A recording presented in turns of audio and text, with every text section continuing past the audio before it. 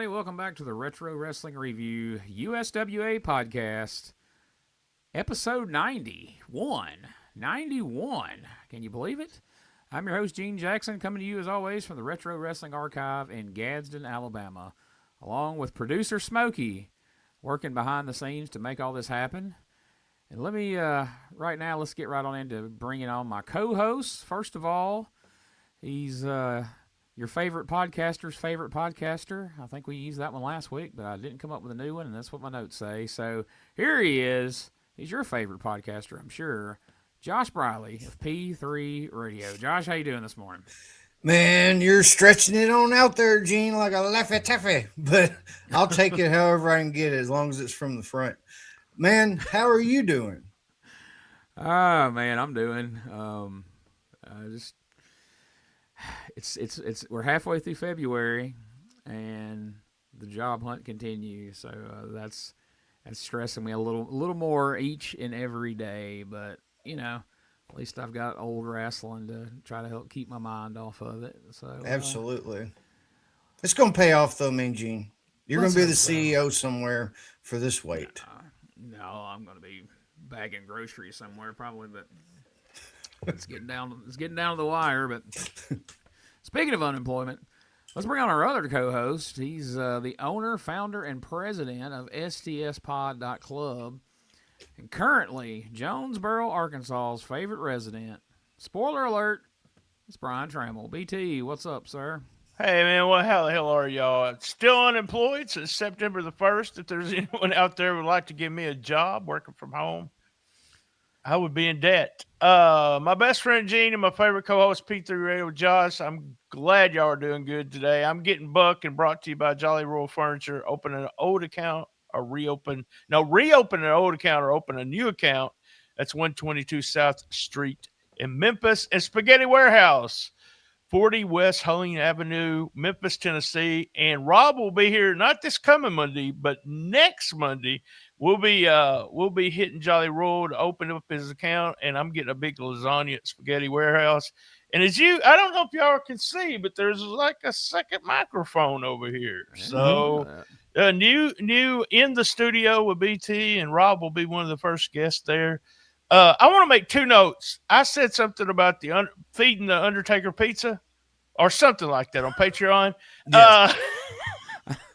I don't think you mentioned that you fed it to him personally. That gives a whole different. The way you said that looks completely different than how I pictured in my head the last time. I just thought y'all were sharing a pizza. There was a pizza there, but now I see you like. Here you go, Mark. Get ready for the pizza plane. We got to get an AI picture with that. So me feeding the Undertaker pizza. I mentioned something. I said, was he Mean Mark in USWA? This match that I talked about was actually from Dallas. It was USWA, I think, but it was from Dallas. And I've got him talking about it with Stone Cold Steve Austin. We'll watch it on Patreon. I believe we got something else. And also, Dangerous Conversations. I'm going to put you over all the time on that. But it is one of these shows that if you listen to all the stuff that these two guys know, but when y'all were talking about technology and the change and how pictures would, you couldn't do it, it really is the key to everything with professional wrestling. And it may be a podcast to do sometime.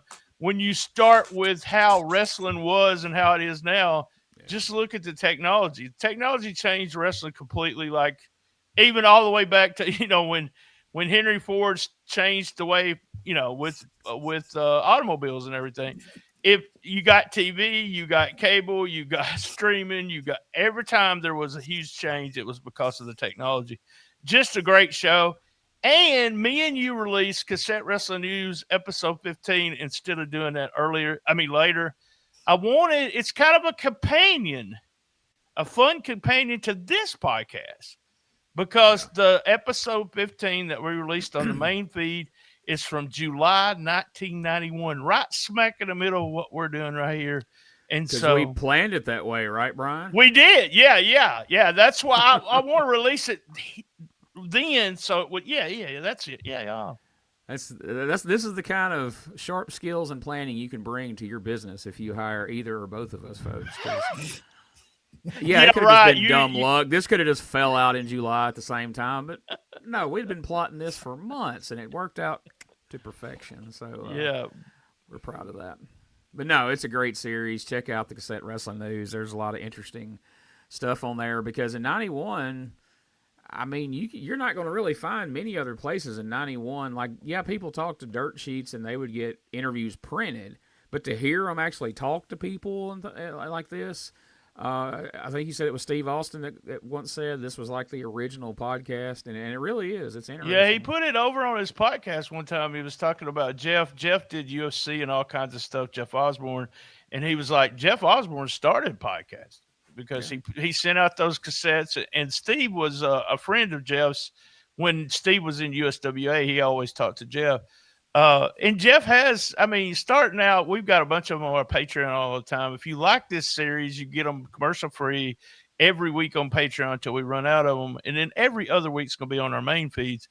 But they're really like, you know, even though we've got an episode out already where Danny Davis talked total shoot, no kayfabe whatsoever in 91. And so it's really weird how some of that stuff was done way ahead of kayfabe sheets. The only thing going at the time, I guess we had kayfabe sheets, but like you said, it was in print. It wasn't like hearing it come from there. Eddie Gilbert did it multiple times. Yeah. And also, we're right smack in the middle when Joe Goodhart left wrestling and just left everybody holding the bag. Yeah, it was the big unsolved mystery of wrestling at the time. Yeah, it's on Patreon now. That's where we're at on Patreon. And Dennis Carluzzo, oh my God, he has a lot to say about Joe Goodhart. Fun stuff. Yeah, it is. It's, man, I say time capsule all the time, but that's what it feels like. When I went through all these tapes, every time I listen to one of them, I'm like, man, all that stuff was going on, you know, and they give their own opinion on stuff, and it's kind of like a sketch show too. They got all kinds of shit going on with the host, so it's a total different thing that probably would be successful today. Well, not sending out cassettes, but you know what I mean. Yeah, you know, you sent me all the ones with Eddie Gilbert back when me and Doug was working on the book. And I listened to those, and those were a great help and insight into that time period because there was a lot happening with Eddie's going, you know, from Memphis to WCW and then back again and everything. And he would come on there and just tell all of the behind the scenes, you know, what he was thinking and why and where and how and all that. So yeah, check those out for sure. Owen Hart too. That was Owen Hart's first ever shoot, talking to people off the, you know, on the record, audio wise. And it's a real good interview with Owen talking about the difference between working in the US and Japan and stuff like that. Yeah.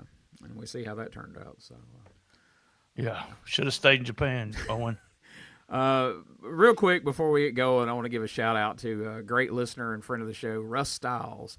Me and him exchanged some messages yesterday, and he's enjoying all the different shows, and I'm always thrilled to hear that. It's cool to see good numbers, but you know, we kind of talked about it last week. You know, when you actually hear it, you know, directly from somebody, what they like and what they look forward to, that's really cool. So thank Russ for reaching out. We talk from time to time, and I just wanted to give him a shout out here, and also wanted to mention because this is what initially made him message me. Make sure you check out the new Retro Wrestling Review Continental Wrestling show with Rob Helt and myself.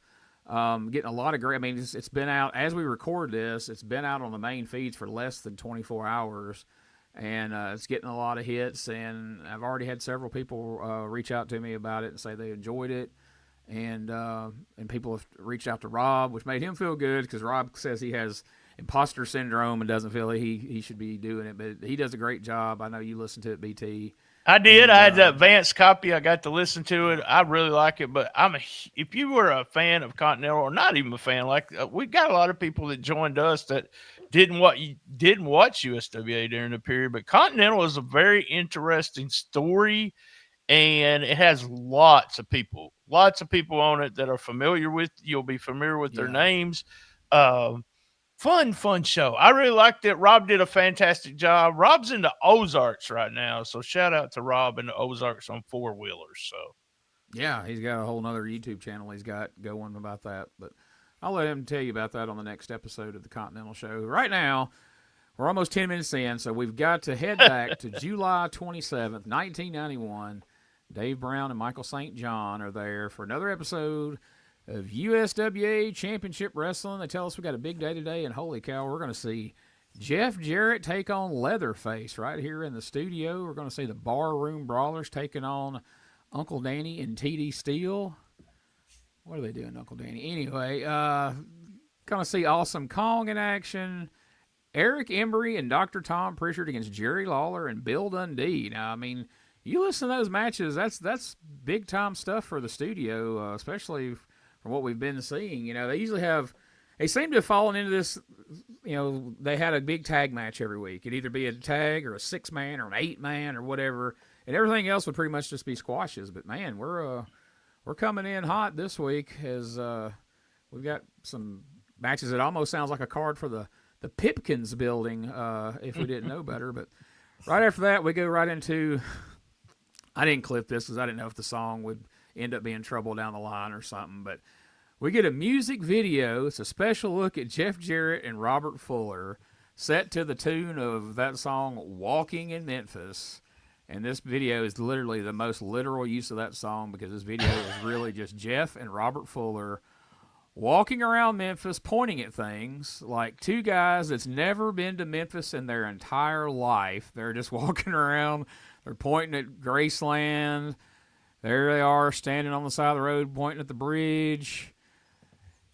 Here they are walking down Beale Street.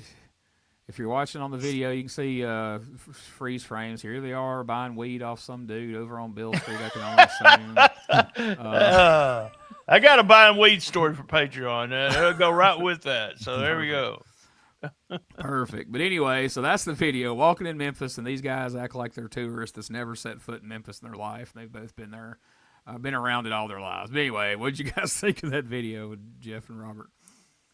Well, I remember seeing it for the first time as a kid, and I thought it was pretty cool because I was really into this partnership as a kid. They were like one of my new favorite tag teams because of that continued insertion of they're trying to split us up. This match could split us up. And, I was really into them, but like as an adult now, it's a little cheesy because like you say, I mean, it's like they're pointing to Graceland and you had one picture where it was Elvis Presley and all kind of shit written on us. Yeah, right there. And he's like, Jeff, this is Elvis Aaron Presley. You may have heard of him. It's like he's educating Jeff the entire thing. But, it was fun. Kind of like having fun with not as serious as the last recent weeks, though. I love how they put in Elvis's face at the top of the screen, like they faded it superimposed and faded it in there, like the ghost of Elvis is standing there with him. And like you said, it feels like Robert is schooling Jeff. Now, there's Elvis Presley was played by Wayne Ferris. You might remember he's one of the Blonde Bombers. I don't know if your daddy taught you that or not, but anyway, I just wanted you to know that. I was okay with the video, but I thought it was cheesy like y'all did. But after, it's like I love that song. I was reminded how much I love that song. I was like, man, I'm going to have to put that on my YouTube playlist. I love that song. But they show them coming out of the airport, getting into a limo, and then they show them all walking around Memphis, and they come back and they show them get out of the limo at the airport again, like it's been all that time. Like now, they shot that all at once. That they shot them getting out, getting in the car, and then getting out of the car and going right back in all in one take there. But I liked that they added that little detail that they had to fly. Like, where are they flying out to? Where are they going? Like, Dallas is done. Where are they having to fly to? But who knows? So then we bring Jeff out for a promo, and this is the 1991 debut of the Code of Many Post-it Notes. Does he have an action figure with this? I wrote that down. I think he does, doesn't he? Not with that. No, not with that jacket. Oh, I thought he did. I thought somebody made I thought it was Major Figures or somebody did one. No, somebody might have made a custom, but no. They should. Next Next time you ask Jeff a round of questions, please ask him whose idea it was to make a coat that looks like it's just a bunch of Post-it notes stuck to his jacket. Yeah, he'll probably say, I don't know. I don't remember. Fucking pinata. It's awful. I put, oh my God, this is horrible. He wore it out quite a few times in 93, and I thought maybe that's when it got made, but all of a sudden, boom, here he is in 91 wearing it, and it matches him. God-awful, Maybelline-themed tights he's wearing. I was like, dude, you come out to wrestle Leatherface in this get-up? And we'll get to that in a minute on his match with Leatherface. But so, he's out here by himself. Robert wasn't able to be here today. But, of course, luckily, they taped a promo together, pre-tape. So we get to see that. And you're never going to guess. This week, they're in a match. Guys, you're not going to believe this. You know what could happen if they end up losing this week? I heard they could split. They could split the team if they lose this match this week. It's horrible. Jeez. Taking on the Barroom Brawlers once again. This is a survival cage match. It's not your standard cage match. The match ends when both members of a team leave through the cage door. I don't know. I guess it's not a step backwards, but it almost feels like after you had that barroom brawl match with all the shit in the ring and everything, it almost feels like a cage match is going a step backwards, at least in danger. And I don't know. I guess even in this era, a cage match was the be-all, end-all of a feud. But I don't know. What did you guys think about this promo and the potential for this survival cage match? I mean, I like the idea of it, but they're not very clear on so the whole time are both teams actively trying to escape the cage? I mean, or is it one of them deals where you got to pin the guy and then get out of the cage, kind of like a fucking nightmare cage match, just out the door, not over the top? But they weren't very clear. But I do like the idea of the brutality of it because, I mean, it's been pretty awesome. And as you'll see in the clips, did they already show the clips of the Pipkin building? Not yet. No, it's later. I didn't clip any for this show, but if you watch this episode, you'll see some clips from that. Yeah, absolute mayhem. So I feel like they're trying to notch it up and make it interesting. So I have okay hopes for it. I wrote that stupid fucking Stip is back. Is what I wrote, and then the only thing I really liked about the promo, and I don't know if it's Jarrett's promo or the Jarrett Fuller promo. I watched this early in the week. But they go through all the people they've beat. Is it Jarrett? It's the Jarrett Fuller one, right? He goes through all the tag teams that they have beat in the feud. So I really like that because it's just reminding everybody, them as a team, they're still number one, but they beat all these other people. But I like that part of it. But, when they said Fuller wasn't here, and you'll tell what happens next, but as soon as they said Fuller wasn't here, there's going to be some shenanigans going on. Yeah. So it's like y'all really got to stop announcing it when your partner's on here. Let them at least have the misconception that maybe Fuller's back there and he was just taking a dump or something and couldn't make it out for the promo. But so next up we've got Jeff Jarrett versus Leatherface, and hold on. That's the way it's good, doesn't it, there, Jeff? For some reason, when he said Fuller's taking a dump, all I can imagine is that big, huge man on like a tiny toilet, and thinking to myself, and I don't know why I thought this, but I bet you that Fuller can leave a big old hefty shit, right? I don't know why Fuller. I think Fuller actually poops a lot, but I think he does. He's got to be. I bet it has a fishing reel on the side, though. That way it don't fall in the water while he's doing all that dumping. He flops it over on his leg. He throws it over his shoulder. God, that went in the weeds there on that. Yeah, we're talking about Colonel Parker's restroom habits. That's wow. In the first 20 minutes. Anyway, let's take a look at some clips from this Jeff Jarrett and Leatherface match, then we'll talk about it on the other side.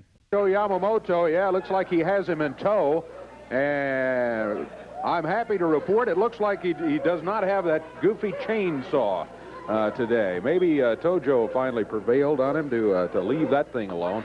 Looks like Tojo's having a little. It shows early going in here, but does finally back Jeff over into the corner and begins to pound away on his head, Dave. And Jeff goes down, Leatherface going right for the chokehold. Boy, that's the danger. He will choke you. He'll beat you side of the head. He has no regard for any of the rules. Slings Jeff into the turnbuckle, follows through. Jeff moved out of the way and knocked him with a right hand off the ropes. Can he get him off his feet? He's got him staggered, and can he put him down? Boy, Jeff pouring all he's got in those right hands and does get him down. Finally got him off his feet. Boy, you talking about being difficult to get down to the mat. Oh, my goodness, Jeff missed a drop kick. Oh. Leatherface right away seizing that opportunity, going right after Jeff Jarrett. Did you somebody say that Robert Fuller wasn't here today? You're right. Yeah, he's not here today. Well, that's too bad, because we're looking for trouble right now. And we don't care if this little punk by himself or not. We ain't going to wait for his brother to get here. We're going to get in there right now and kick him. Tell me what happened to that boy. Wait a minute, Dave. Oh, this is ridiculous. The Barroom Brawlers. Jeff Jarrett sees them coming, though. Pounding away on the Brawlers. One for the other Brawler. Puts him into the turnbuckle. 3-on-1 in the ring. These guys came in here. They just throw the referee out of the ring. And now it's 3 against 1. Leatherface and the Barroom Brawlers against Jeff. They know that Robert, they heard the interview. They knew Robert wasn't here. First of all, how the hell do you bring Leatherface out without the chainsaw? What is Leatherface without the chainsaw? What are you going to bring? Hacksaw Jim Duggan out without his 2x4? I mean, Jake without his snake? I mean, as soon as it's quiet in the studio, like, and here comes Leatherface, and here comes Tojo leading him out without the chainsaw, I was like, this gimmick is dead if he don't have the... I mean, so what's your guess? Do you think this was an intentional thing? Or they get to the studio and go, did you bring the chainsaw? Like, no, I thought you were bringing the chainsaw. No, I didn't. Well, we put it in the back of Eddie Marlin's truck. Well, he flipped it again. It fell out. So that turned me off right from the beginning. You know, another thing, and BT maybe was going to mention this later or something. I don't know if he came across it. But when I was looking through, I guess it was the Observer, not the Torch, somewhere in here, Leatherface becomes Johnny Rotten, that guy that was Sid's buddy. I didn't see that. No. Apparently, the reveal of Ken Raper comes later, and somewhere right in here, he's Johnny Rotten. Is this So ain't Johnny Rotten, I don't think. Well, whatever his name he goes by, but Yeah, I know, but I don't think his this real is name. him. It doesn't feel This like ain't it. in this match. Yeah. He's too tall. But I'm Yeah, just I saying, thought so keep an too. eye on Leatherface here because it's like fucking independent Doink the Clowns at this point. It's just whoever the fuck will fit into this outfit, I guess. Awesome. So this one seemed tall. I'm thinking this must still be Brian Lee if that was truly him that had been there doing it. I don't know. Maybe he's riding over with Dirty White Boy or something from. He's Tennessee. living. Yeah, he's living in Nashua at the time, so I don't know. Who But else anyway. is in Nashua at the time? So that's a fun game to play moving forward. Is watching Leatherface go from taller to shorter to chubbier to less chubby, all that, because there's a pretty big size differential between Dennis Knight, Brian Lee, Johnny Rotten, Ken Raper. Like that's if you put them in a police lineup, you would see 4 very different Body size and type. shaped Yeah, yeah. guys there. So, but overall, it wasn't. I mean, pretty decent match here. Leatherface still wrestled kind of like we talked about last week. Whoever this is still doing a good job of not wrestling like a wrestler, and then Jarrett held his own, but didn't make him look like shit either. So I don't know. What y'all think about this? And like you said, Stevie Wonder could have called the finish as soon as they said Robert's not here. It's like, well, all right, how long is this match going to go before the Barroom Brawlers jump in? And it wasn't long. I think we got 2 minutes of a match before they came out.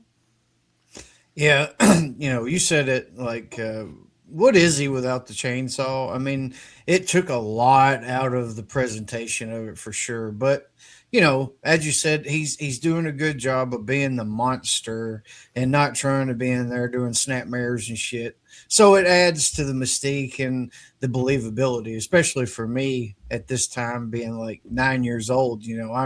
I'm all in. But even then, I'm like, where's his fucking chainsaw? So maybe maybe this is a guy that didn't know he was going to be Leatherface before he got there this morning. And they're like, hey, by the way, bring a chainsaw. Well, I don't have one. Paul Neighbors gets pissed. She ain't got one in your fucking shed. No. Maybe that's one. But yeah, I liked it because it served its purpose. It didn't make Leatherface look like shit because you didn't have to beat him. And, the Barroom Brawlers tried to look vicious, but at first it was like, we're just going to come in there and get our ass whipped. And they did for a minute, but they did what they had to do by the end. Yeah, Jeff always got to get his shine in no matter what. If it's a run in, he's got to get his shine in. Let me get these moves in first. He called it a double pile driver. I want you to know that was a double pile driver. I actually like this. And the thing with Leatherface and the chainsaw, I was thinking, and we'll know whether here's my guess. If we don't see it again on TV, it was because somebody at the TV station saw television and said, don't bring a fucking chainsaw into the TV studio again. So we may actually see that. If we see the chainsaw again on TV, then what I'm thinking just is not right. But yeah. I kind of thought maybe that had something to do with it. Like Dave was like, we can't keep coming in here and filling this studio with smoke and exhaust from a chainsaw. But I mean, to me, if that's the case, if that is the problem, then maybe have like somebody representing TV5 come out there and be like, you can't have a chainsaw. Right. And blah, blah, blah. And then the whole gimmick to bringing him to the ring could be he's got the chainsaw with him and he's trying to start it. Every time you go to pull it, Tojo and Eric everybody's like, no, don't. They're going to kick us out. And then they have to take the chainsaw away from him. So at least you address it each time you see the chainsaw. He's trying to get it started. Right, I like that. Yeah, I like rather than just, he's here. He don't have his chainsaw. He's just, plain old Leatherface. But like I said, we'll follow the story as it unfolds here week to week and see if we can solve the mystery of the chainsaw. That's another one of those. I'm sure if you asked anybody who was there at the time, they'd be like, I don't know. Probably forgot the thing. Somebody probably stole it out of his truck. Who knows? But yeah, I'm sure Paul Neighbors had probably 3 chainsaws in his shed. If somebody would have gave him a heads up, he could have brought him a chainsaw if they were just missing a chainsaw. But yeah, to your point, like when the take my shirt off. No, he doesn't do that in this era. You can shave your head. You can shave your head all the way bald, but you can't take your shirt off. In the run-in, the Barroom Brawlers basically just had their heads stuck out there to get punched for the first, and then Leatherface comes over like, don't forget about me, and he punches him, and then they're like, all right, that's enough. But then initially, it's clear they're just there to take those. And Jeff had such a unique way of, like, he didn't have the Lawler, Eddie Gilbert, Jackie Fargo punch. He had that whole body motion where he would twist and come all the way, like, uppercut style punches. And that always, even as a kid, that stood out to me watching the way Jeff threw punches. I mean, they looked good, but it was different than just about anybody else, I thought. But eventually he gets saved by Bill Dundee, Jerry Lawler, and Uncle Danny run in and finally help him, who's clutching his neck after the double pile driver, as Brian pointed out. It's not a spike pile driver. It's a double pile driver, which that to me sounds like 2 people doing pile drivers side by side. I don't know. Just doesn't quite suit it. But anyway, after that, we go to an interview with the Dirty White Boy and the Dirty White Girl. And I believe this probably was done without her knowledge, based on her reaction. This is not the ideal reaction you want for this question. And it's really weird. They're in the middle of this hot angle, and Dave's like, all this shit happened last week at the Pipkin. Well, before we get to all that wrestling bullshit, Dave, I got another question I want to ask. Check this out. Yeah, but before I get into that, I'd like to get a little serious here with you, Dave. I got a few things on my mind that, as everybody knows, that I've been trying to turn my whole life around. I'm trying to do the right thing, and the people's been getting behind me, and I appreciate that. Thank y'all very much. But, you know, it's just a lot of things have been going on in my life, and I'm really trying to do the right thing. And me and Kim's been living together for about 4 years now, and you know, I love her with all my heart. I really do. I mean, this right here is what keeps me going. I know that I've done things in the past that hadn't been right, and I'm trying to do whatever I can to, I don't know, overcome it, just go on. But what I'd like to do right now is, baby, you know I love you with all my heart, and what I'm trying to say is, will you marry me? Oh. You know I love you, baby.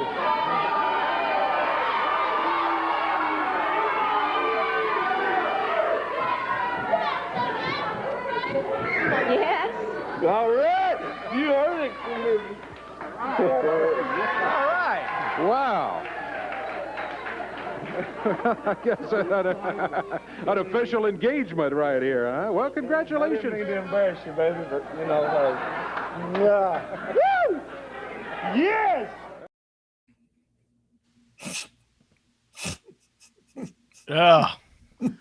What about that reaction there? I mean, nothing about her reaction felt positive. Like the look on her, as soon as he starts saying all the stuff about, you know, I love you, and all that, she's the look on her face, it's like, what the fuck is he talking?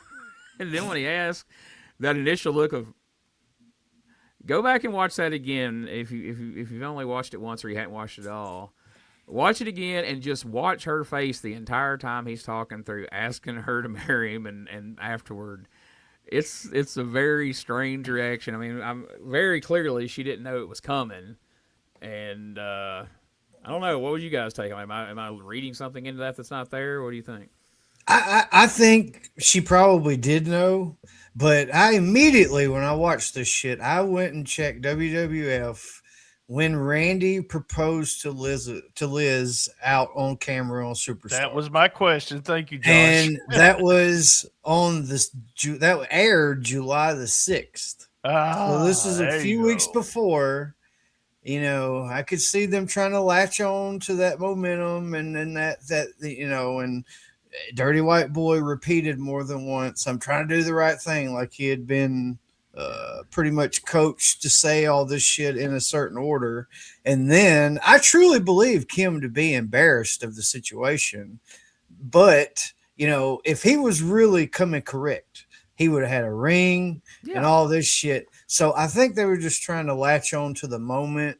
And, you know, Embry or Lawler, whoever's decision it was just go out there and do it. They'll think it's cool, even if it's half-assed, you know. But he should at least had a fucking ring box, at least a fucking ring box. I mean, that's why I feel like maybe it wasn't really a booked thing, because I mean, any kind of booker would at least had an empty box to face away from the camera to give her, other than just like, hey, will you marry me? Yeah, all right, and hug, and then, all right, Monday night, blah, blah, blah. You know, it was awkwardly done. If it was part of the show, it was very poorly planned and awkwardly done.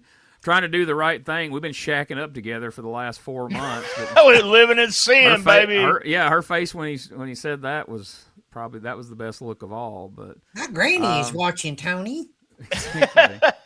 I thought, you know, that was the first question I had. Meltzer had made some kind of comment in Observer where he said, how original or something. So that I knew something that with Savage and Elizabeth that happened near this time. I didn't know it was that close. Felt real flat. And her reaction, do y'all remember when Luger would win a belt where he would jump up and down and carry? I actually have told young guys, go watch Luger win a belt. That's the way you should be reacting. That's the way she should have been reacting, because she should have been screaming, oh, yes, yes, yes. But she was just like, I can't believe. It looked like she was saying on her face, I can't believe he fucking did this kind of thing. So, yeah. And no ring. Where's the fucking ring? Yeah, I don't know, man. Y'all may be right. Maybe this was a whole planned thing. But like I say, somebody should have coached her on how to react and had at least had a ring or something. because it just felt so just shoehorned in of like, hey, you got this big thing going on. No, wait a minute, Dave. Before I get into that, and he starts slicking his hair back. She looks awkward through the whole fucking thing, and then they just roll out of that back into talking about the feud with Eric Embry. It was just, I don't know, super awkward. Of course, the thing is, she was more excited to suggest Uncle Harruld than she was to accept his cousin Harruld. He's a cuz. His proposing marriage. Yeah, of course, the classic Randy Savage. Elizabeth, will you marry me? Like the inflection of his voice. You think he was reading off a fucking teleprompter if they hadn't been in the arena, because it's almost like, what's his name? The weather guy, the movie with Will Ferrell. Ron Burgundy. Yeah, and he doesn't read the teleprompter in the right, because it's like, will you marry me? Like, Jesus. So yeah, like I say, we move past it. We get into him getting beat down by Pritchard and Embry, and the Tojo beating up Paul Neighbors with the flagpole and putting a stomach claw on him.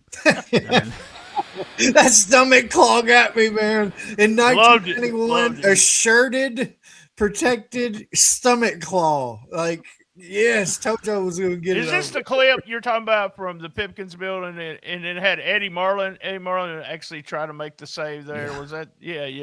Yeah, I didn't get a clip of it, but probably. By the way, Marlin's got some good punches, y'all. He does. He's damn good punches. That's, the shit's going down when he gets all split-legged and gets the one left leg way out like he's trying to surf on a big old longboard or something, and he starts shoveling in them fucking uppercuts. I love it. And the whole studio pops with him as he throws the punches. You listen to this instance when he starts throwing the punches every time, you hear, ooh. But I noticed it like back in the 80s, he come out and made a save against Tojo and them for Jeff.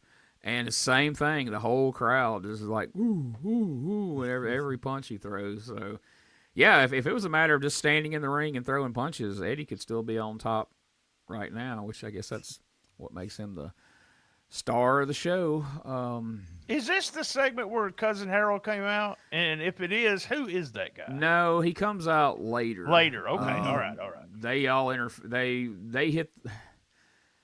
They hit the ring during the tag match with Lawler and Dundee. And I remember now. Yeah, I got it wrote down. Yeah.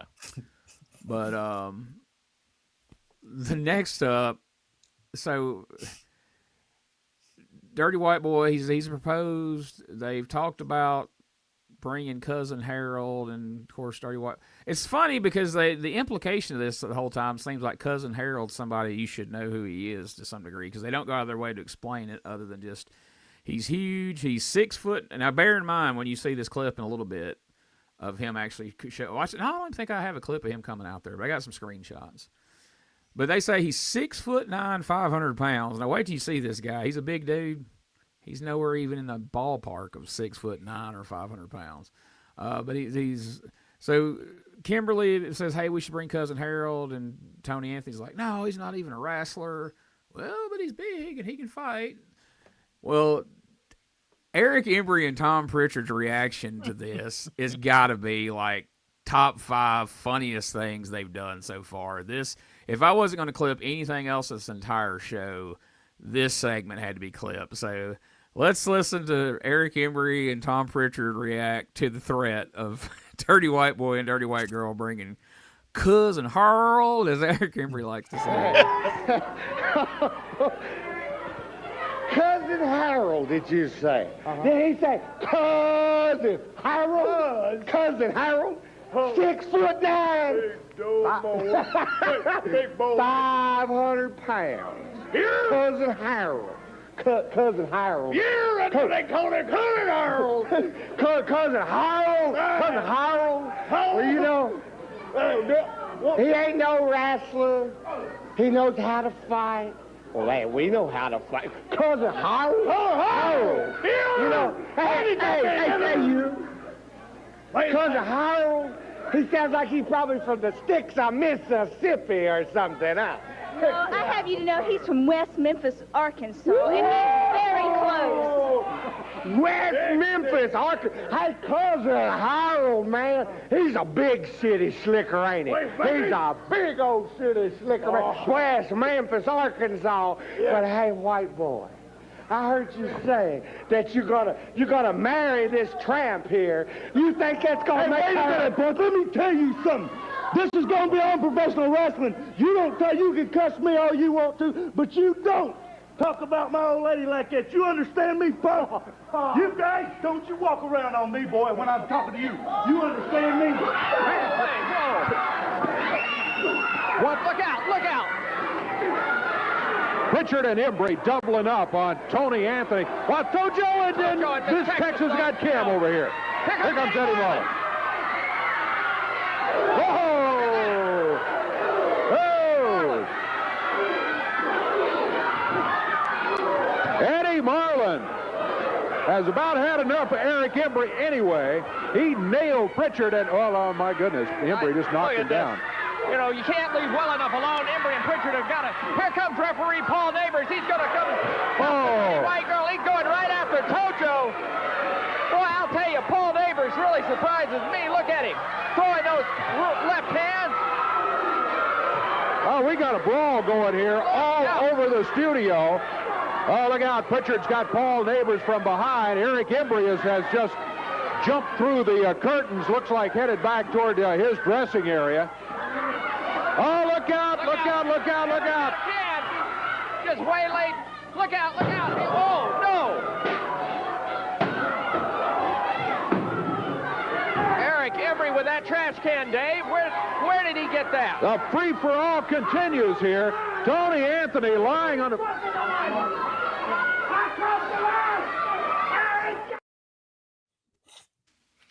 Loved it. I don't know when I've laughed at anything that hard on this season as I did the first time I heard Cuzzun Harruld. I just went on and on with that.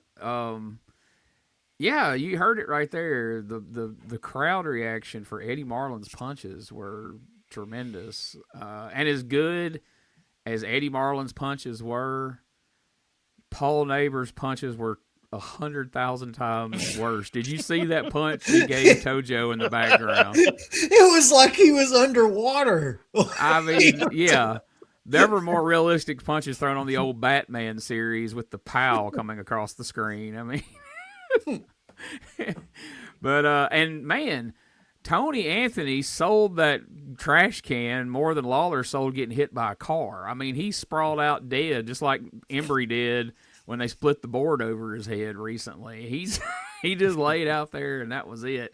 And, of course, the reason Cuzzun Harruld doesn't show up in this segment, and he shows up later, because he hauled ass from West Memphis to get That's there right. once he saw it on the show, because Kimberly even pointed out, he's in West Memphis. He ain't that far away. So there was your clue right there that he's getting in the pickup truck, and he's headed over to Memphis right now. And I think Tony even says in the next promo that a 40-minute drive only took him 20 minutes to get there, and which I don't know what part of West Memphis he lives in that was 40 minutes away. But anyway, Cuzzun Harruld will show up later on. But that was, I don't know, that was just a fun segment all the way around there. Oh, yeah. Absolute chaos already starting, and we're not even done. Then usually when something, you would view this as the peak, but I don't think we've peaked out yet. No, I remember looking at the runtime on the YouTube when I was watching this, and I was like, damn, we broke out into a wild brawl and everything. We're not even halfway through the show. So more. I loved Eddie's punches. Part of me loves stuff like that, but then it's almost like the number one heel Embry was taking an ass whipping from an old man. But it kind of reminded me when Bill Watts always came out of retirement and always sold out everywhere because of his match. That's kind of what it reminded me of. I don't know if Eddie could sell at Coliseum or whatever, Pipkins building, but those punches were great and the crowd was going crazy. Something else I noticed, and this is a total pervert in me, and I'll admit it. They did not, like, in my mind, Kimberly told the black girl, I'm sorry, Miss Texas, don't throw me down so they can see up my dress. because I don't have any panties on. Because every time she tried to grab her and throw it, she went to her knees one time so you wouldn't see anything up her dress. I was like, yeah, that girl didn't wear no drawers that day. I know she didn't have no drawers on. And But you that's would just think me. if she knew she's getting proposed to, she would have some drawers on because they're trying to do the right thing. We interview her. I need to ask her that, okay? That's never happening. So, yeah, I figured Dave's like, you say you're doing the right thing, but then you're proposing to a girl that you say you've been shacking up with for 4 months, and she comes out on live Memphis And she Saturday ain't morning wearing TV no with no drawers on. That's ridiculous. That is ridiculous. Corey been there. Throw her down, Jackie. Throw it down. So then we see some highlights of the Barroom Brawl match the previous week with trash cans and tables and bar stools and all this jazz, and it looked like it was a pretty wild match. Like I said, I just don't know. I guess in theory, on paper, a cage match sounds more serious, but really and truly, if like you came to me and like, all right, you can either have a ballroom brawl match or you can be in a cage. I'm like, put me in a cage. You're just gonna throw me against a fence, and I may have to juice, but I don't have to get hit with all that heavy shit that they were swinging around in there the week before, especially if Robert Fuller and Jeff Jarrett.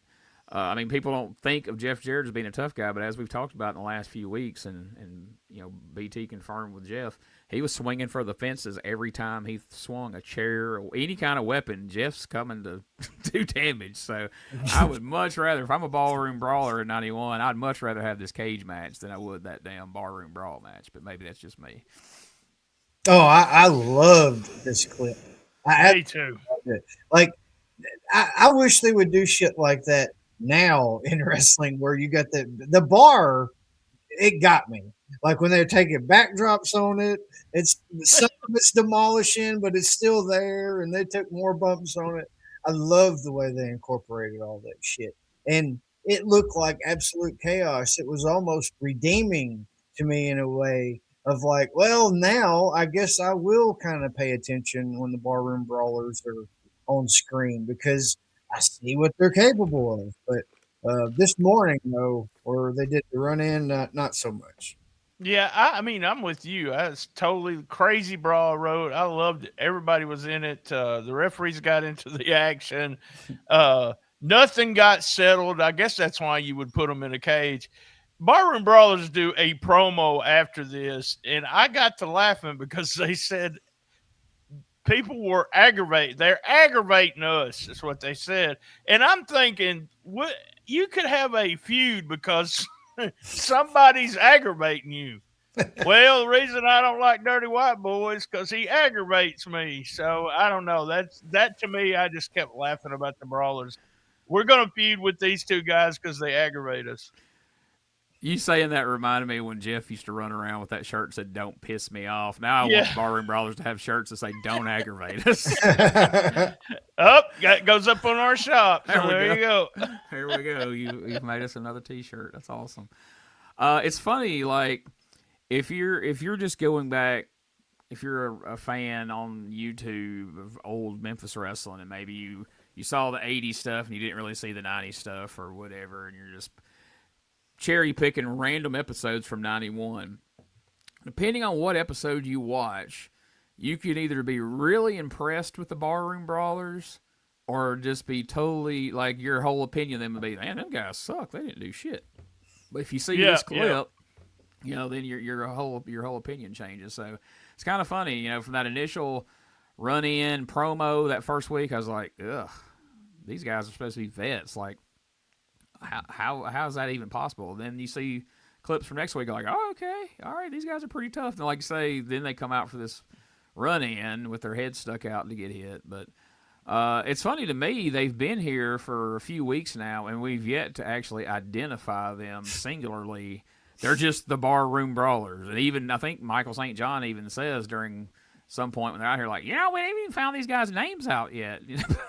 The blonde one, and then he gets the dirty blonde one, like all yeah. Oh, Well, I bet if they were strong, good-looking guys, he'd have got their name by now. Oh yeah. Not to imply anything. Michael St. John actually liked and shared my one of my articles recently on Twitter. So I don't Awesome. make it very clear I'm not saying anything disparaging about Michael St. John. He's a great guy. We're just having fun.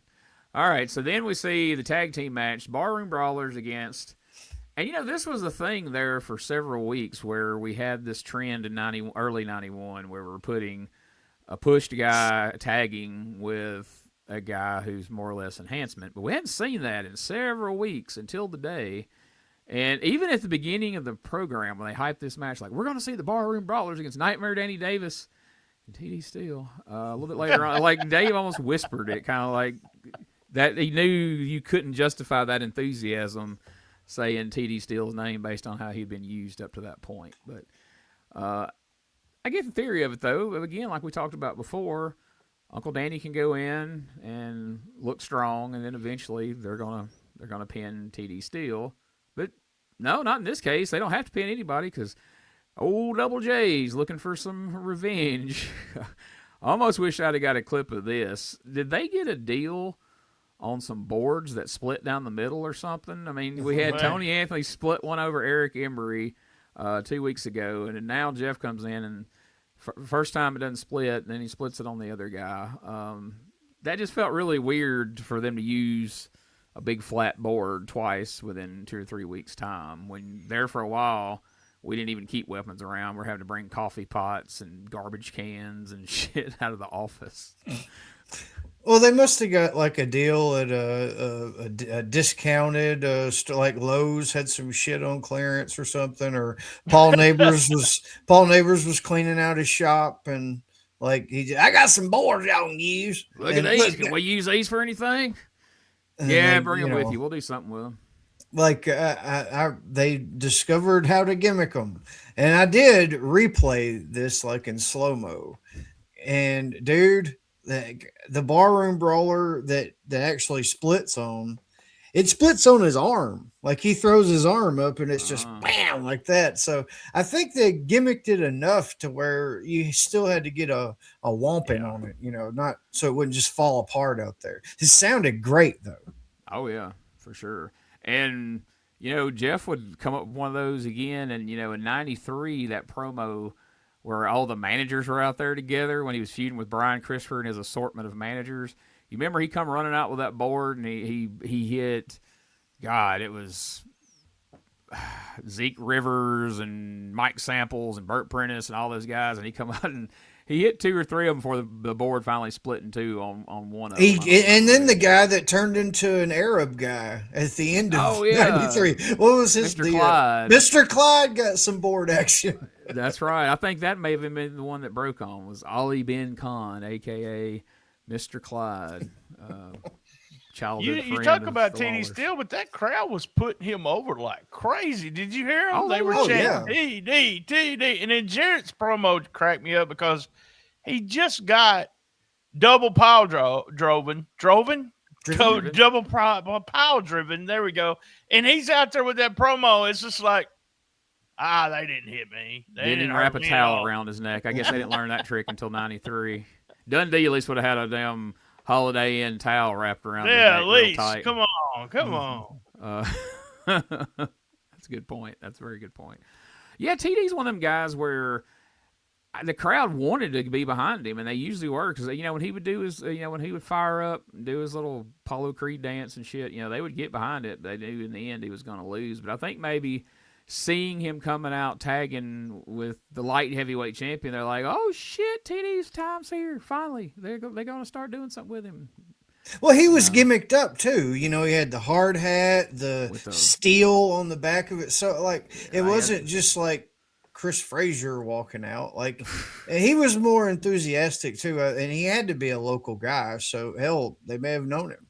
Yeah. Well, like I say, he's the only one that had some fire to him. Everybody else is come in with, just like we talked about them earlier, tags in with their head stuck out there, ready to get hit and have a. I mean, there's a couple of those guys, those job guys on there that had a moment to get some offense, and it's like they didn't even know what to do, and so then it pissed the heel off, and they shut them down even worse. But TD was always ready. He could have. The fans always got the impression, I think, that he could have snatched a win at any time. But as we've seen, that fire got him in trouble in '93 when Coco beat the shit out of him and Miss Texas at the same time. Yes. Did the fucking river dance on his ass out there after he got through punching the shit. I wish I had that clip to show right now. Boy, that was rough. So up next, we see Awesome Kong taking on Freezer Thompson. And they may wish they'd have saved some of those boards if they were breaking over people's heads to replace on the ring after this match. I got to say, I was kind of impressed by something here. You know, to look at Awesome Kong, you're just like, well, okay, well, he's just a big fat dude. Well, he's pretty damn strong. Let's take a look at a couple of spots in this match that completely shocked me, that kind of changed my, rushed opinion of Awesome Kong. A refrigerator hitting it. Absolutely. And Thompson has just hit the mat. Kong celebrating a little bit, much to the displeasure of the crowd. The crowd really does not like Awesome Kong. I'm with him. He's going to try to pick Freezer. Look at this. That's the first time I think I can ever remember Freezer Thompson being picked up and body slammed in the middle of the ring. Better call the paramedics, because that boy hurt. Well, it is getting his way with the big man Freezer Thompson. Going to pick him up again. Pulls him up and slams him down, and Freezer Thompson. Oh, I hope we've got that on videotape, because there are very few men in the world that can do that to Freezer Thompson. Oh, my goodness. There's the splash. Yep, that may do it. 2, 3. Referee Paul Neighbors. Dave apparently worried we weren't recording this episode of USW. Hope we got that on tape. Well, I hope so, Dave. You got to send it to 5 towns after this is over with. But that was a nice show of strength there by Awesome Kong, because Freezer may have jumped, but that first one was all him, because that dude didn't touch him until he was already up in the air, and he finally kind of braced himself on a Kong's stomach, but he didn't push off his leg or anything. But like I say, I wrestled Freezer Thompson, and I wouldn't have even considered trying to body slam that guy. Let's do it twice. So, but they really are trying to sell Kong as a credible challenger for Lawler here. So we'll talk a little bit more about that in just a moment, about Lawler coming out and talking about his match with Kong. They run a video here to try to sell us on Monday night. We're going to have a match, and everybody be careful not to spoil your answers for later, because I know this is going to be the one that cinches it for everybody on buying a ticket. Paul Neighbors versus Tojo Yamamoto is going to be a one-on-one singles match Monday night. So we get a clip of why. We see again the Tojo throws powder in his face, or I guess if he's Japanese, it's supposed to be salt. Then the flagpole getting involved, the abdominal stomach claw, the whole bit. So that's one of the big matches coming up Monday night. It's going to be Tojo Yamamoto taking on referee Paul Neighbors. And then Jerry Lawler comes out. I didn't clip any of this because I didn't want Party Pooper, who doesn't like Reggie B. Fine, to get upset with us. So they better not do Reggie B 2 weeks in a row. But here's Lawler. He's got his shiny jacket on, got the unified title around his waist, and he sells us on what a competitive match he had with Awesome Kong, and he was lucky to get it out of there with the gold, and that Reggie is still wanting that gold. And to get it, he's willing to put up all of the gold he owns. And Reggie comes out looking like Mr. T. All of a sudden, he's got on multiple chains around his neck, multiple watches, bracelets, rings. He even took his gold teeth out. And he's got this pile of gold like he's at the pawn shop on the desk. And he's putting it all on the line against Jerry Lawler's belt. Now, we're going to let Josh answer first, because I can already see BT shaking his head. I'm guessing this one didn't do anything to win him over on Reggie B. Josh, what did you think about Lawler coming out and putting over Awesome Kong as a credible contender and trying to sell all of us on the idea of coming and watching that match again because Reggie B's putting up all his gold? I think it was great, because he did kind of undercut the the potential risk of what Awesome Kong could do last week, I thought. Yeah. And then he did, but he made sure to put it over.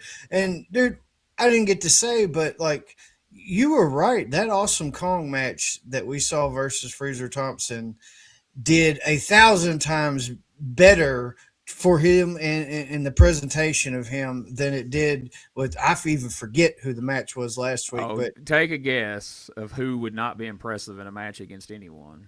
Chris Frazier. Yeah. That's, but yeah, that this match 100% better. And I like that Lawler came out and reiterated, no, like he is a force. I was impressed. He basically put him over. Yeah. And but when Reggie B comes out, oh my God. That was I rewound it over and over again. Whenever he taught a life lesson. Something that I have 3 things in life that are most important to me: my gold, my cars, and my women's. Like, I live by that. Oh, Does the gold come first for you too?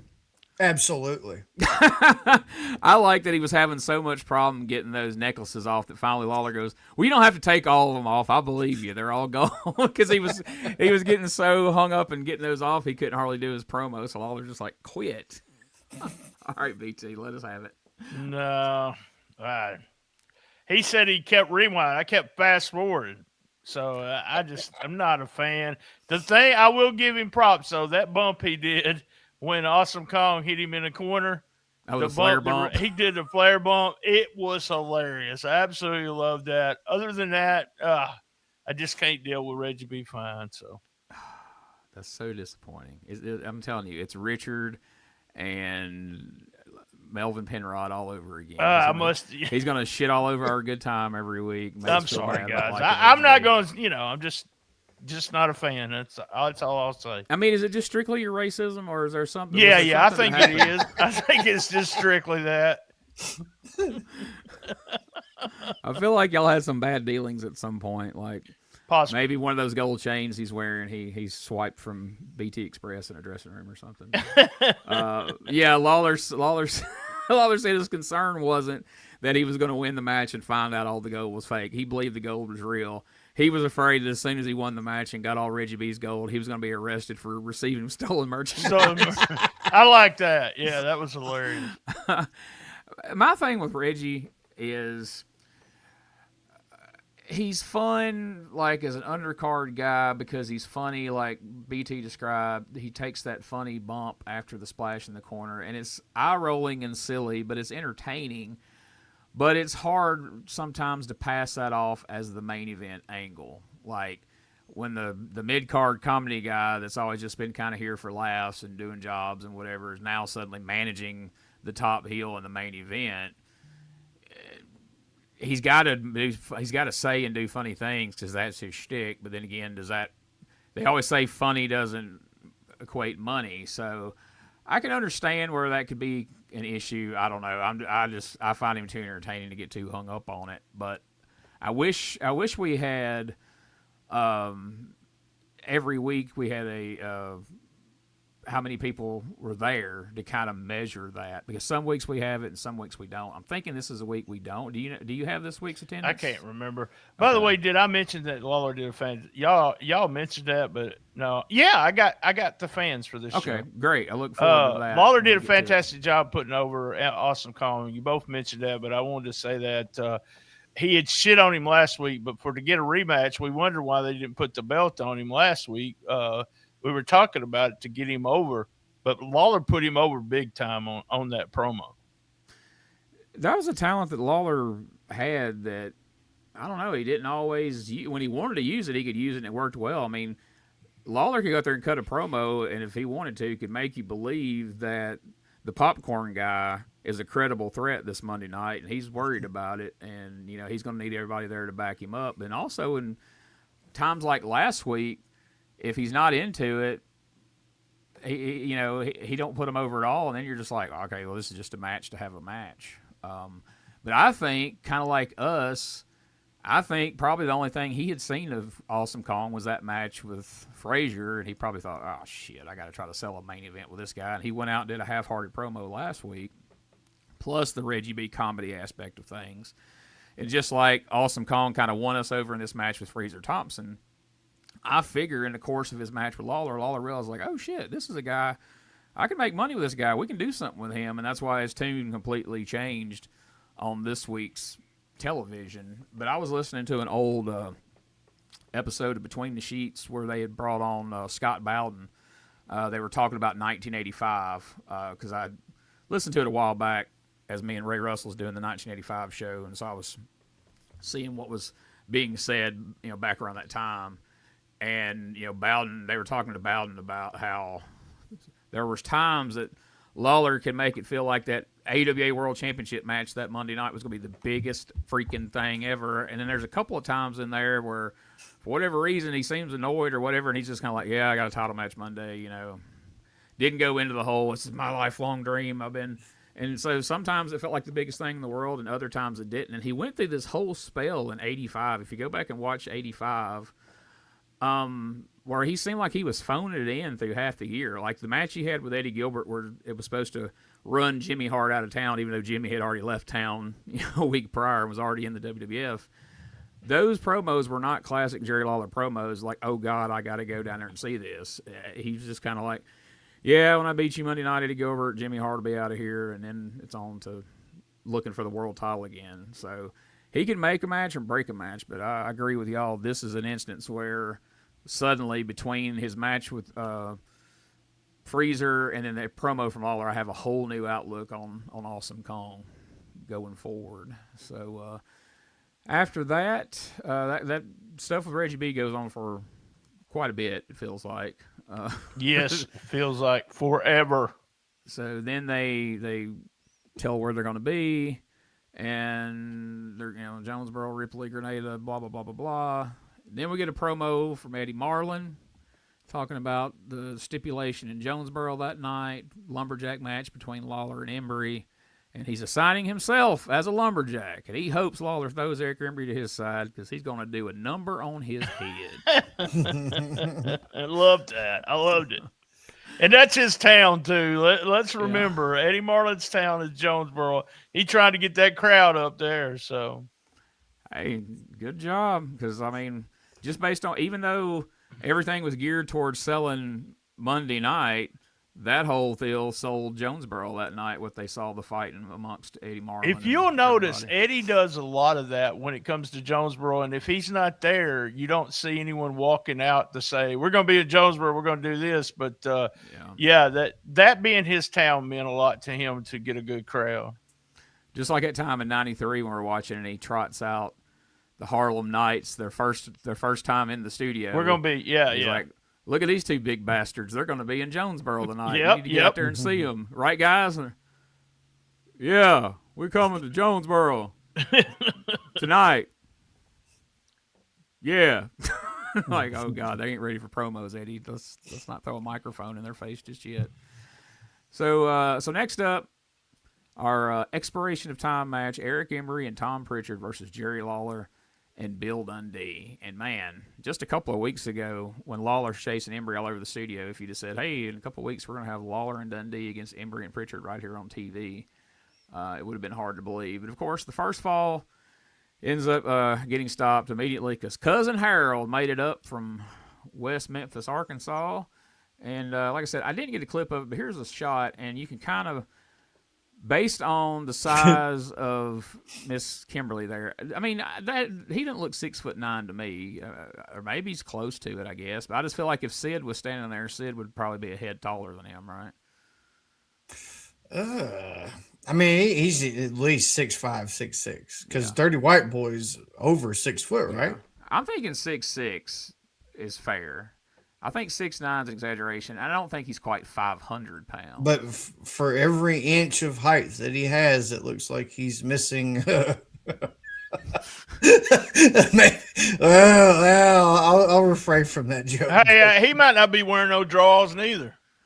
Well, Miss Kimberly better hope not, or she better hope he's not Robert Fuller. Cousin Howard, he's standing awful close to. You know how it is in Arkansas. Well, he's from Arkansas. Even if that really is his cousin, that don't. It don't matter. Yeah, it don't matter in Arkansas. Like rolling your own. Did this guy ever become anybody? No. Okay. I did. I looked everywhere I could find on him. and he had a couple of matches here as Cuzzun Harreld. It makes me wonder. I feel like maybe he's like a school student of somebody's school around there, and then he did a couple matches, and they realized he didn't have it, and they just kind of went away because he shows up, he does this, and then he's gone. So I don't know. I feel like maybe that was a guy that they were training in a wrestling school, and they threw him in this, and then either he didn't like Melvin Penrod, he decided he wanted out, or they decided he needed to be out. I don't know, but yeah. Lawler loved the hillbilly gimmick too. Later on, he gets another guy he wrestles, feuds with as a hillbilly. He just loves the hillbilly gimmick. Yeah, we would see a lot of big old hillbillies over the years, all the way back to when Lawler brought in Stan Frazier and claimed he was driving through the back roads of Mississippi and saw him out there pulling a plow himself. But that was Kamala that he's seen in. No, forget it. No, he probably did, but that wasn't the story they told anyway. But Lawler's like, I stopped the car and I bought him right there on the spot. 2 coats of paint, and you got a main eventer. Anyway, second fall ends in a double count out, and there was no way these 4 guys were going to be in the ring and have any kind of finish in this. It was just the fun of seeing these guys actually wrestle each other on TV. Again, like I say, in the middle of it there, they brought Harreld over and cut the promo that he made the 45-minute drive in 20 minutes, and he says nobody messes with his cousin. He didn't say that. Tony Anthony said it for him because apparently he couldn't muster a sentence. And he looks like he probably couldn't. Embry comes out and complains about Cuzzun Harreld, and he's mad that Eddie Marlin's going to be the special referee. Fire me! Either you back down and put another referee in there, or you fire me. Big goof. The big goof. Marlin responds he would love to fire Embry, but it would just be doing him a favor, allowing him to avoid this match. So he's going to be the special referee. Embry is not fired, and he will still have to participate in this match. That's Embry definitely called him more than a big goof. I'm surprised Dave didn't get fired up. Oh, did he call him the retard? I don't remember that. Yeah, I don't hear that. It registers on Dave's face. Oh my gosh, Dave has just a complete aversion to that word specifically. I over can the years, get it. I know what Dave does. I mean, I've got friends like that. So yeah, I mean, it offends me too. But no, I don't. But yeah, I can get why he's offended. But it's just so funny seeing it. I'll have to go back and listen now. All I heard was fire me and big goof. Did you now we had the second fall. You already covered that, right? Yeah. All right. I wanted to say something about the second fall. Michael St. John. Is it Michael St. John or Michael St. John's? I want to call you Michael St. John's. No S on the end. Oh, God. Here we go. Pipkins and Michael St. Come see Michael St. John's at the Pipkins. Kroger's and Walmart's and he says bulldog. He calls a DDT, a fucking DDT, a bulldog. He says his finishing move a bulldog, and I'm like, that's not a bulldog. And did y'all notice how much heat Bill Dundee took? Did Bill Dundee do that all the time when it came to matches? I wonder when Lawler and him were tag team, did he just take a bunch of heat and then Lawler came in and pulled the strap, boom, boom, boom? Because, man, he took a lot of heat in that last fall. That was big, usually it. The big miscommunication, too. I bet he got at least razzed in the back. I mean, like, yeah, they got hit. He was trying to get the fire going, do the little flip for the tag, and Lawler was on it before. He just flipped up, and you could hear the fans even went, "Oh!" like that whenever he falls all over him. I love it. But that goes to show you, though, even the fucking the Dundee had probably been in wrestling since the fucking 60s or something. It's 91, Lawler, early 70s. The professors can fuck up. Yeah. Oh yeah. Yeah. I forgot to mention earlier. I wanted to say too. I thought it was funny that whenever Embry made fun of him wanting to marry Dirty White Girl, and Dirty White Boy bows up and says, hey, you can cuss me all you want, but don't you talk about my old lady. I'm like, well, that's got to make her feel good. They're not even married yet, and he's already calling you his old lady. Oh, they don't have to be married to call you an old lady, so there you go. Yeah, so that was. They've been shacking up. That's his 4 old lady months. now. Damn 4 it. months. Years. But no, I agree with you, BT. I get why Dave Brown's upset. I was, whenever people make fun of my retarded friend, I'm always like, hey, you leave BT out of this. You That's say right. what you want about me. I'll have him come down here and shake your hand. That's right. Don't eat any peanut butter around BT. If it's at BT's house, do not eat the peanut butter. Check it on Patreon if you want to hear the explanation of that. But right now, let's take our podcast commercial break, and then we're going to come back and find out the card for Monday night, which we've already heard a couple of the matches, but there might be a match or two there that'll surprise you. We'll be right back.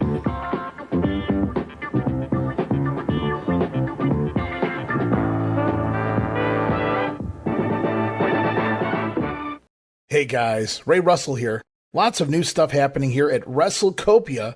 If you haven't checked out our website at WrestleCopia.com, it's a great way to keep up with the latest episodes of all of your favorite Copia programming, from the Wrestling Memory Grenade to Regional Wrestling with the Territory Talk, the Wrestling Stoop with the legendary Bob Roop, and of course all of those programs also available at your favorite podcast streaming platforms.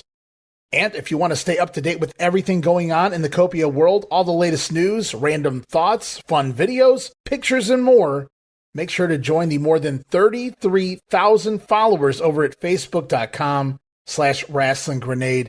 Don't be left out. And last but definitely not least, it's what keeps the entire machine going. I'm talking about Patreon.com/WrestleCopia. We appreciate your support in helping us pay the bills to keep the WrestleCopia Podcast Network running and enabling us to continue to bring you all the quality programming that we offer. The Retro Wrestling Review. WCW Podcast is a bi-weekly podcast where Gene Jackson and Bob Anderson go back and watch all the WCW pay-per-views and Clash of the Champions events starting in 1989. Listen in on your favorite podcast platform or watch along with the guys over at patreon.com/Retro Wrestling Archive. New episodes drop every 2 weeks, but you can catch them a week early on Patreon.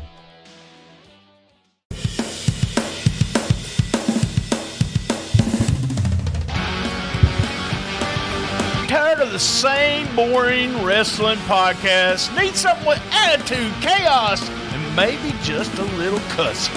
That's STSpod.club, and we got it all covered. We've got wrestling weirdness with WTF News Desk, 5-minute time limit, and the southern fried brain of me, BT, steering the whole ship. We also have rolling into Memphis every week about the current Memphis wrestling. Interviews, hot takes, and wrestling outrageousness so wild it might get you banned in 12 states. That's right, it's SDSpod.club, or search all podcast catchers for Shooting the Shiznit, where wrestling podcasts grow chest hair. Not sure what that meant. Love my mama. All right, we are back, and now it's time to hear what all this craziness has led to for Monday night at the Pipkins building. It all starts. The box office will be open Monday at 10 o'clock, so you can pick up your tickets in advance. And you might seriously consider doing that because the crowds have just been tremendous at the Pipkin building. Got a triple main event coming up Monday night. Parking, of course, is going to be free. Danny Davis will be going against Leatherface in what should be some kind of opening match. You know, a lot of times on opening matches you think, well, it's the opening match. But in recent weeks, and look at this is an example. You got Danny Davis, the light heavyweight champion, man has held the belt many times, and Leatherface, that huge guy who was in here a little bit earlier today, and that's just the opener Monday night. Following that, Randy Harris is going to be back. He will be going against superstar Bill Dundee. Following that, a grudge match. Interesting one here. We'll have more to say about this one a little bit later on. The referee, Paul Neighbors, you know him. You also know Tojo Yamamoto. Well, these two have quite a grudge going, and Paul got to Tojo over here just briefly, but then Tojo nailed him back too. Well, maybe they'll just continue it, and perhaps with more satisfaction, I suppose, than they got today. Referee Paul Neighbors against Tojo Yamamoto. Then, survival cage match. No referee in the cage. Losing team splits the team. Jeff Jarrett and Robert Fuller against the Barroom Brawlers. And Jeff and Robert, with their taped interview, talked a little bit about this one. This one is going to be a tough match to win for either team. It's a unique match, too. It is a survival match, and there's some stipulations that are different than a cage match. So as it ends up, there'll be no referee in the cage, and somebody's going to end up on the floor. And then, of course, the loser of the match splits the team. Jeff and Robert trying to hold on to those world titles. And I tell you, these Barroom Brawlers, they've already showed us here today what they're made of, and they aren't very nice people, that's for sure. They don't mind jumping you from behind, 2-on-1, whatever it takes. A 2-on-1 is what it could be, because in order to win the match, your team, both of you, have to be able to walk out of the cage or get out of the cage at the same time. That's the way you win the match. Survival cage match coming up. Then a return world heavyweight title match. The King, Jerry Lawler, will be going against the huge, awesome Kong. Reggie B. Fine will be in the corner. The world heavyweight title will be on the line. But then, the main event of the night, the third main event, 6-person tag team match. Special referee is going to be Eddie Marlin, Dirty White Boy, Tony Anthony, Dirty White Girl, Kim, and Cuzzun Harruld. Now, I don't know anything about Cuzzun Harruld except what Tony and Kim have said. They describe him as being huge, and they say he can really fight. He will be there with them. Eric Embry, Tom Pritchard, and Miss Texas with Tojo Yamamoto in their corner on the other side. What a night. Get ready. Monday night, 8. Cousin Harreld. You gonna bring Cousin Harreld? I got tickled because Pritchard got so into it too when they were doing that. it was Piper too. It was his Piper imitation saying Cousin Harreld. Cousin Harreld. Oh, he's gonna bring Cousin Harreld down here. Yeah. Dr. Roddy Piper.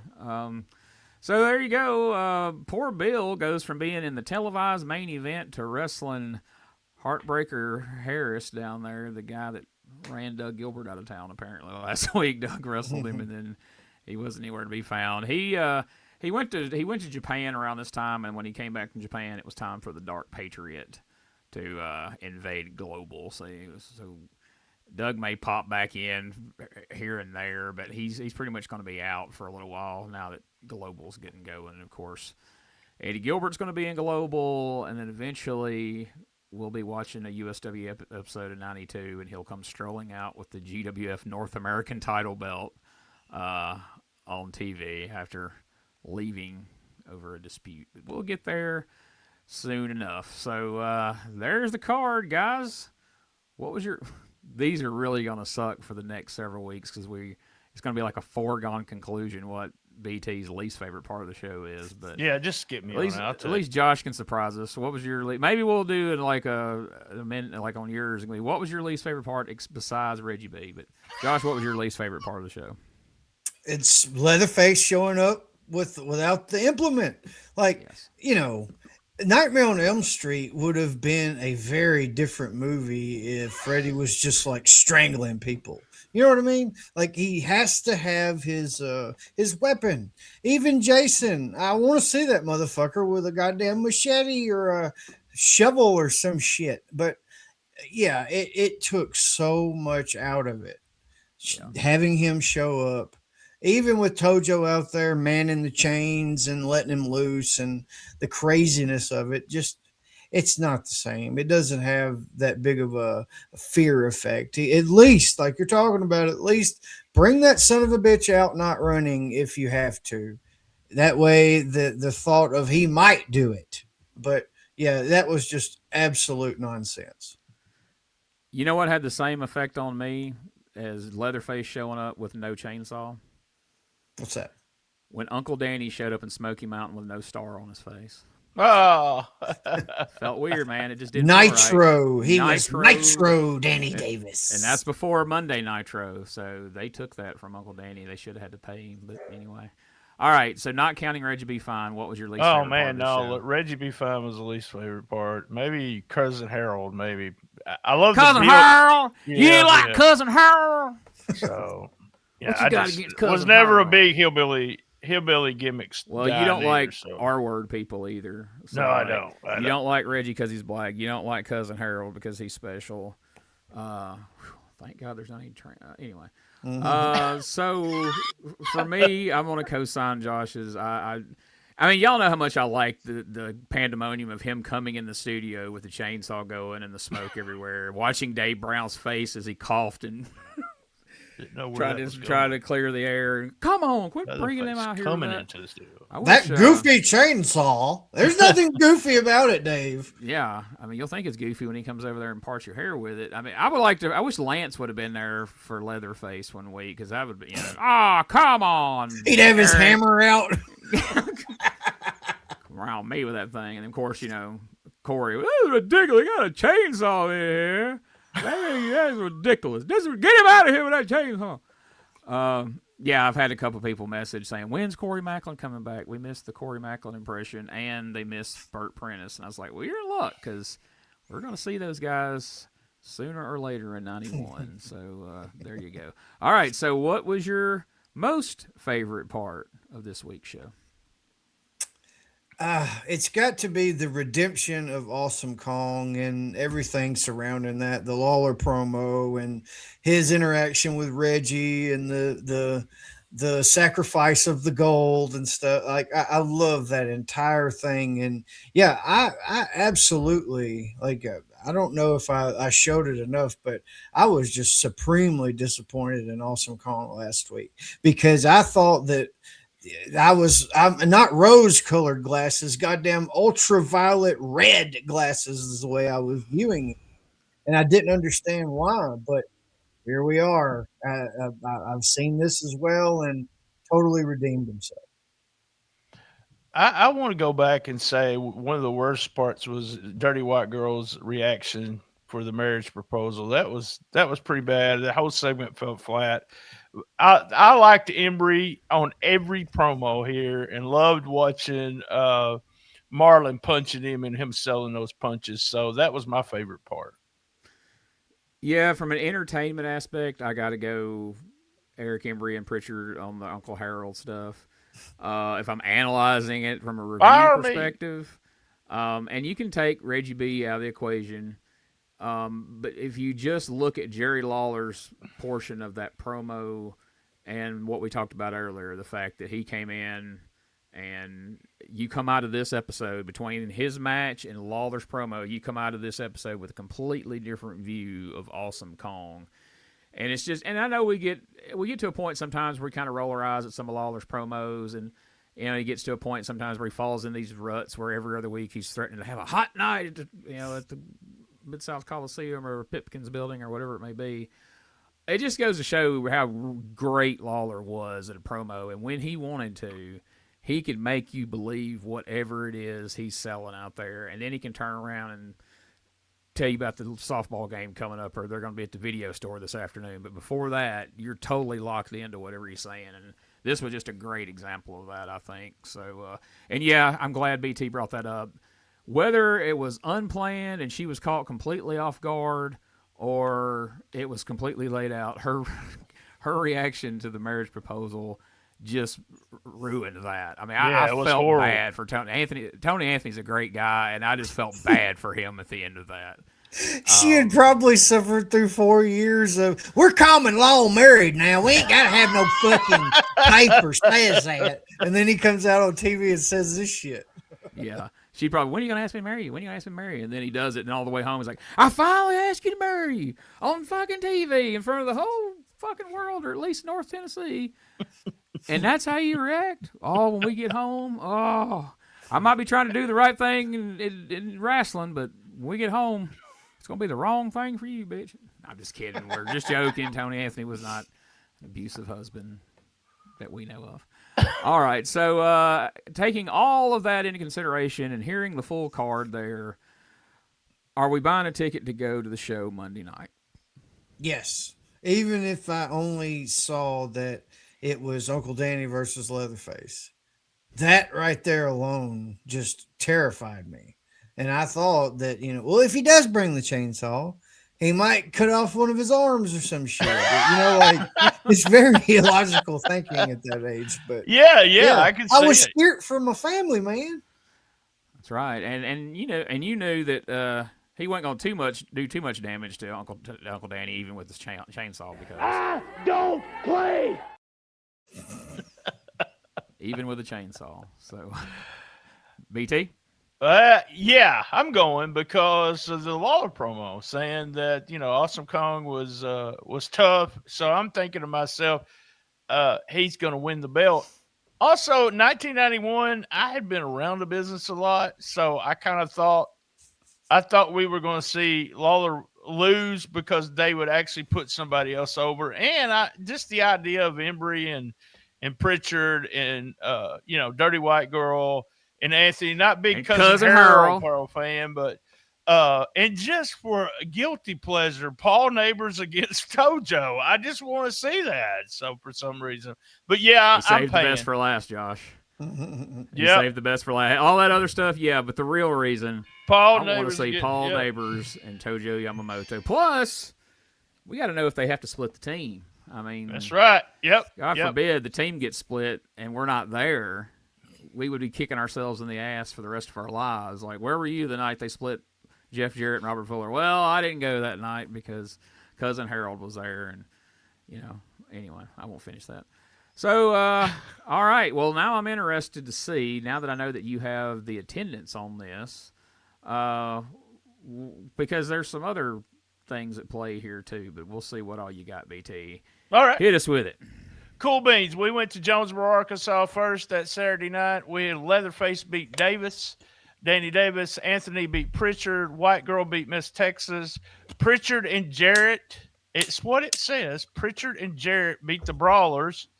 Jarrett won an 8-man battle royal, and Lawler beat Embry in the lumberjack match. Then we go to Memphis with 850 fans. Bill Dundee beats Randy Harris. Danny Davis, and Josh would have been pissed. He kept the light heavyweight title, beating Brian Christopher. Leatherface no-showed. Referee Paul Neighbors beat Tojo. Jeff Jarrett, I know it's going to surprise y'all, but Jeff Jarrett and Robert Fuller kept the USWA tag team titles, beating the Barroom Brawlers in a match where the losing team had to split up. Awesome Kong beat Lawler for the USWA world title. So we know why Lawler was putting him over, because he was going to win the belt. Tom Pritchard, Eric Embry, Miss Texas went to a no contest with Tony Anthony, cousin Harreld, and Dirty White Girl in the main event. And the big news is, are you ready? Yes. Jarrett Promotions and the Mid-South Coliseum have settled their problems, and Jarrett will return to the building on 8/5. Coliseum management, get this. I did not know this, and I don't even know if it's a fact, because sometimes Meltzer puts shit in there that's not true. But apparently WCW was going to make regular appearances in the Coliseum, and it did not happen. So they're letting USWA come back. Well, that's not a big one to end on at the Pipkin building with 800 people, and now we got to try to put enough money in the Coliseum next week to pay whatever it is we're having to pay, which I'm sure is 4 times more than we paid for the Pipkin building. So it's good news to hear they're coming back, but man, if you look up and down that card for something that's going to be a big, hey, we're back, come on down to the Coliseum this week, I don't know what we're going to spin out of this week's show. I mean, other than hoping everybody wants to come see Lawler try to get his unified title back from Awesome Kong. But still, it's a step in the right direction, because I don't know. I mean, there were so many good aspects of the Pipkin building. We've talked about a lot here about the fact, that it was, everybody was right there on the action. It didn't look so empty and all that. But still, it just feels less than to say that, at the Pipkin building and not the Mid-South. I mean, we've all had to stop ourselves multiple times and going, at the Mid-South, the Pipkin building. I got a question, Gene. Can you remember? I think the biggest crowd, though, we ever had at the Pipkin building was like 1,200, right? Yeah. I may be wrong, but that was... 12 was about the max. I think so close to the max that it even hold, because every time I had bringing in extra chairs and shit for that. Yeah, but that's not a good crowd at 850. I guess people didn't care about Awesome Kong, even though Lawler put him over. But yeah, it'd be fun to see them back in the Coliseum. We seem to get results easier too, because someone was reporting them from the Coliseum. Even gave us a lot more gates. So I'm excited about them going back. But I wonder what their deal was. Is their deal the same? Because like you said, 850 people is not going to pay anything for the Mid-South Coliseum. Yeah, surely the Coliseum backed off something because they left because. I mean, I guess they were trying to squeeze them out because they thought they were having a regular deal with WCW. But even so, I mean, they were having all them costs for parking and bringing in security and all the different added expenses they had, not to mention the rent being more. So hopefully, they were able to make it affordable. But it was, and the thing that I read, which is probably the same thing you read, it was said in there that the Coliseum didn't realize how much those weekly wrestling shows was contributing to them throughout the year. And I don't think WCW ever probably could have came there enough to offset that, honestly. Well, they got parking too. Don't you pay for parking at the Mid-South Coliseum? Yes. I don't remember because I'm not trying. Because they've been hammering that free parking over here at the yeah. So every now and again on Monday night, and free parking. And as a kid, I always go, so. But then when I got older and realized you were paying $12 sometimes to park your car. Well, that is a consideration. 25 now, so yeah. Yeah, it's crazy. But yeah, that's what I was thinking, that the Mid-South Coliseum, committee probably said, look, we're losing. Look at this money we lost in parking, and plus, the percentage we're getting. But if it's not, they got all the concessions. Yeah, I thought so too. But it's not 850 people is going to be horrible in the Coliseum. So yeah, that's going to be rough. So We'll follow that closely as we move forward. But right now, it's that time. BT, tell us what's happening over at stspod.club this week. Well, every day we do the Shiznit Minute, talk about the current wrestling scene. This past Saturday, we did Rolling into Memphis, number 260. Damn good brawl between Sue Young and DDT in the main event. Man, those two girls have a great match together. There's two of them on television that's worth watching. A light week coming up, as I've put out a bunch of episodes already this month, and me and Gene's going to do some Patreon stuff. So nothing new coming. Let's talk about P3 Radio real quick. 3 out of 5 hoots for P3 Radio. The podcast always talks about videos but never gives you links. I say that every week, Josh, but I want to apologize. We give a lot of video links for WTF. We watch a lot of videos and shorts, and we never give the links either. So too much trouble. Too much trouble. But you know who does? No, I'm just kidding. Oh. And what was the name of the title? I didn't write the title down. P3 Radio. It was Lesson Learned. Lesson Learned. All right. P3 Radio, a Shiznit Minute brought to you by Smokey. Episode 445. Richard's turning gay after his mental breakdown. Josh talks about gas pumps up the ass. They talk about childhood, how the childhood and what you look at when you're a kid shapes your porn taste. I want to talk about that on Patreon. Getting in trouble in school, that's always fun to listen to. I love Richard's poor stories because, damn, I can relate. We were poor too. There was an AI song about Meemaw. Josh would not put it over, but I liked it. I'm fucking sick of the goddamn AI bullshit. All right. Thanks. Richard had a bunch of tech stuff he didn't know anything about. Kenyan lions are gay. Josh got caught flogging the dolphin when he came back from surgery. And Richard spent time asking how long it's been since you've been to the dentist. All right, there we go. Thank you.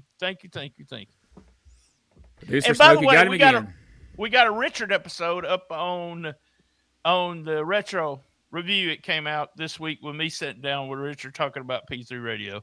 Fun episode, by the way. Yes, the two enemies sit down and agree to call a truce long enough to have. I don't know if they were enemies at that point in life. That was early on, wasn't it? Yeah, it was. No, we weren't.